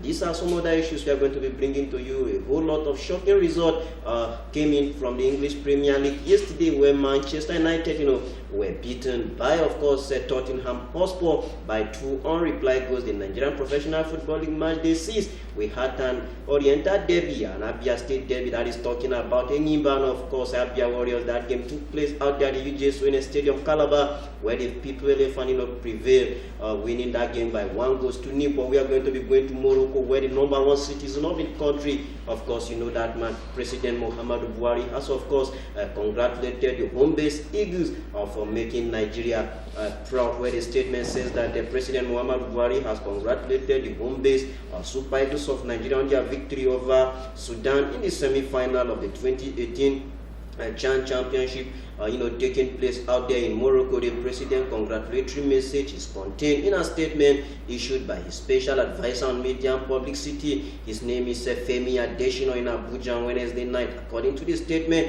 President Buhari joined millions of football-loving Nigerians in celebrating the spectacular performance of the team which qualified them for the final on Sunday. With Morocco being told that President Buhari urged the players and the coaching crew to remain focused and determined as they go for gold in the final match on Sunday. He assured them of the unflinching support, goodwill, and prayers of the federal government and all Nigerians as they sought victory. Nigeria's home base Eagles, qualified for the finals of the African Nations Championship CHAN, their first ever after edging Sudan 1-0 in the semi-final played in Marrakesh. The Nigerians will on Sunday, meet host Morocco, who earlier spanked Libya by 3-1. Gabriel Okechukwu scored Nigeria's winning goal in the 16th minute of that encounter. Where we go to England now, where Oliver Giroud, is officially an Arsenal player, having completed his move from Arsenal.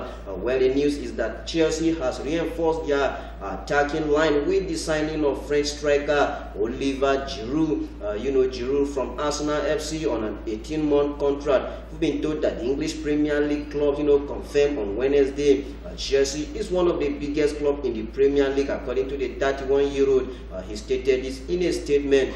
Giroud has found it difficult to cement a place in the Arsenal starting lineup this season, with manager Wenger preferring to start Alexander Lacazette as a lone striker. Giroud has made 16 appearances in the league, with 15 of them coming as a substitute. He joined Arsenal from French side Montpellier in 2012, and his goal tally has hit double figures in each of the last 5 seasons. We want to say congratulations to that man. We are going to be giving you some other quickly look at other players, who also left their club. We go to Manchester City, where Elakwe Mangala, left Manchester City to Everton on loan. We also have it that Andy King left Leicester City on loan. We have Lazar Markovic of Liverpool. That man also moved on loan to Anderlecht. There we have Lucas Moura. That man joined Tottenham Hotspur, of course, from Paris and Germain on loan. We also have it at Ademola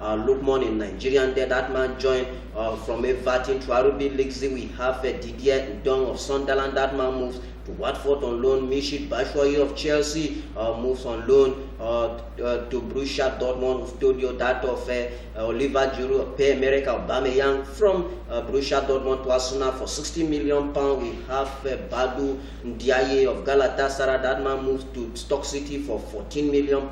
What of Andrea Ayew? That man moves from West Ham back to Swansea City for £18 million. Nigeria striker Isaac Success moved from Watford to Malaga on loan. These are some of the players, that sail movement on the transfer deadline day, where we are going to be moving over now to some of the matches, that were played in the Nigerian Professional Football League. Like I told you, when Nimba out there at the UJ Swene Stadium, Spang Abia Warrior by 1-0. We find Ban, of course, Aqua United ended their encounter 1-1. We have Kanu Pillars 2.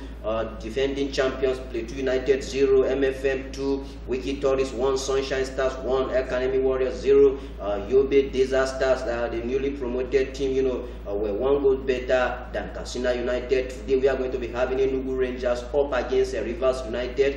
Goran FC will be taking on Nasarawa United, and of course Kwara United will be taking on Lobby Stars. Time now for us to go to England. A whole lot of surprising results came into your surprise, where Chelsea were beaten at home by 3-0 by AFC. Bournemouth, Everton were 2 goals better than Kelechi Iheanacho's Leicester City. We have Newcastle United, Burnley. Their affair ended 1-1, while Southampton, Brighton also ended their encounter 1-1. We have Manchester City, the unstoppable boys of Pep Guardiola, winning by 3 unreplied goals against former Nigeria captain, that is talking about Nwankwo Kanu's West Bromwich Albion. Stoke City were played out a 2-0 draw against Watford, while the team of Mauricio Pochettino and of course Hurricane down the men of Jose Mourinho, that is talking about the Manchester United, by 2 unreplied goals. Well, that is how it all happened there yesterday from England, and that is where we are going to be calling it short on today's edition of your program, Good Morning Abia Sport. God's willing, Kekon will always be around to bring you up to speed when this program returns tomorrow. All right, Kekon Gabriel, thank you for taking us around the world of sports, and it's always a pleasure to have you on this program. This is where we'll be joining the program this morning. From I and Stella will say, stay tuned for the next program on Asalachi Umaria. I will say you do have a lovely day. Join us tomorrow for another wonderful update of Good Morning Abia. Bye for now.